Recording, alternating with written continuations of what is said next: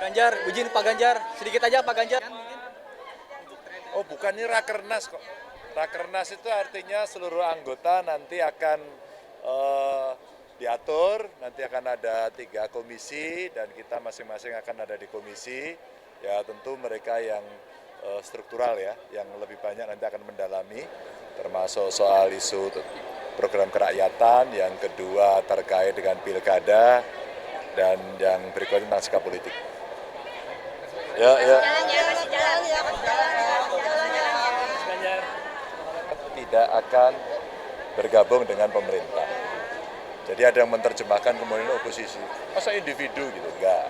Itu sikap Ganjar pribadi. Nah, sikap partai lah yang akan dirumuskan pada hari ini, maka kita akan menunggu nanti keputusan. Bisa dia mengambil keputusan untuk Ibu Ketua Umum. Iya, saya kira Ibu Ketua Umum sangat mempertimbangkan. Ibu Ketua Umum sudah beyond dari semuanya. Beliau bicarakan bagaimana kondisi geopolitik nasional global, terus kemudian bagaimana global warming yang mempengaruhi kondisi pangan, bagaimana mempersiapkan itu. Ingat ya, kondisi ekonomi juga dunia sedang tidak baik-baik saja, maka ketahanan nasionalnya seperti apa. Saya kira itu yang jauh menjadi perhatian dari Ibu Ketua Umum, karena beberapa kali kami diskusi juga beliau selalu menyampaikan apa sih dampak itu pada nasional, bagaimana dengan lapangan pekerjaan, akan ada berapa yang terimbas dari situasi ini terhadap perusahaan, bagaimana kita bertahan, bagaimana menjaga rupiah, bagaimana menjaga potensi kenaikan harga minyak yang mesti diantisipasi, sehingga itu jauh lebih penting daripada sekedar yang cerita elektoral tadi. Mas Ganjar, ini pertama kalinya Pak Presiden Jokowi tidak diundang dalam Rakernas. Komentar soal ini, Mas? Oh, itu DPP ya, saya malah nggak tahu. Mas Ganjar juga akan ditugaskan untuk nantinya melakukan ataupun untuk pilkada, Mas. Untuk target PDIP sendiri di pilkada sudah dipersiapkan, Mas? Berapa targetnya? Oh, kalau targetnya nanti di Rakernas ini yang akan disiapkan. Kalau saya diminta atau tidak diminta, kalau kader ya harus siap. Dari dulu juga saya sering keliling ikut kampanye di banyak pilkada begitu ya. Itu sudah melekat lah MBD. Kalau kader ya harus begitu, disuruh atau tidak disuruh. Pertanyaan terakhir spesifik soal Jawa Tengah. Pemimpin seperti apa yang Jawa Tengah butuhkan, Mas, untuk bisa nantinya menjadi suksesor seorang Ganjar Pranowo? Oh, tidak harus suksesornya Ganjar Pranowo. Kalau menurut saya hanya 5 saja. Satu, dia bisa transparan dan akuntabel, itu artinya punya integritas. Terus yang 3, 4, 5-nya adalah melayani masyarakat dengan mudah, murah, cepat.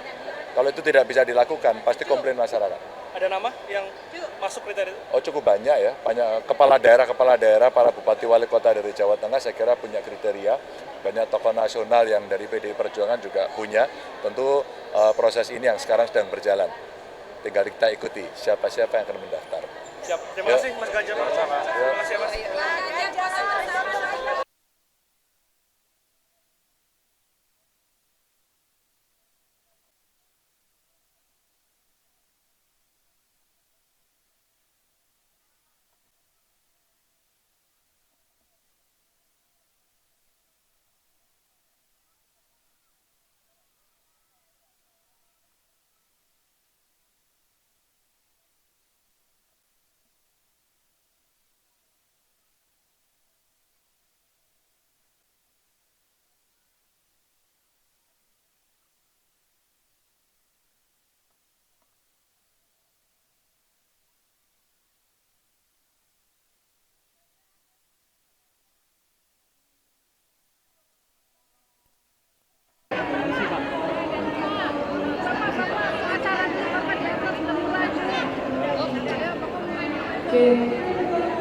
Dari ini ucapkan selamat siang dan selamat datang kepada Bapak Ganjar Pranowo.